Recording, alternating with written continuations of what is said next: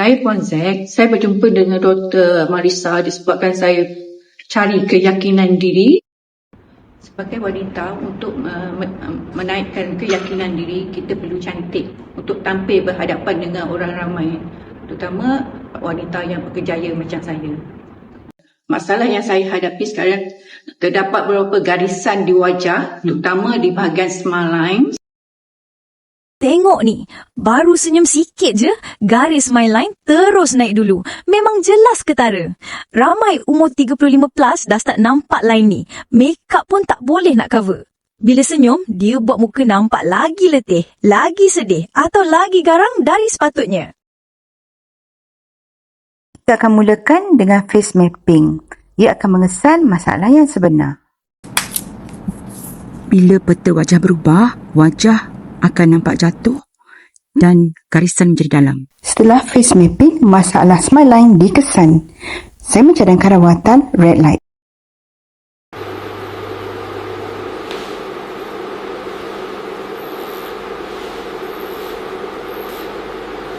Red light menegangkan kulit, memulihkan cushion kolagen yang rosak di bawah kulit, mengangkat wajah membentuk semula V-shape, menghilangkan eye bag, menghapuskan smile line.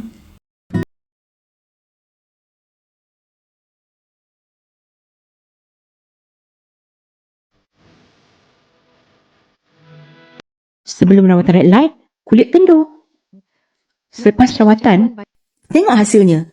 5.5 cm menjadi 4 cm. Wow! Ini bermakna red light menjadikan kulit tegang semula, tiada lagi kendur. Dan wajah sudah tentu lifted dan nampak muda.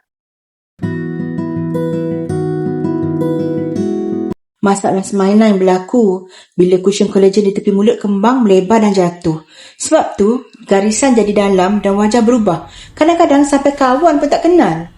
Dengan rawatan red light, kita boleh angkat balik wajah 2 hingga 3 cm menjadikan smile line berkurang. Wajah kembali riang dan muda. Datanglah untuk sesi face mapping dulu supaya kita tahu betul-betul bahagian mana yang jatuh dan boleh dibetulkan dengan tepat. Dapatkan harga murah di online sekarang? Jangan lepaskan peluang ini.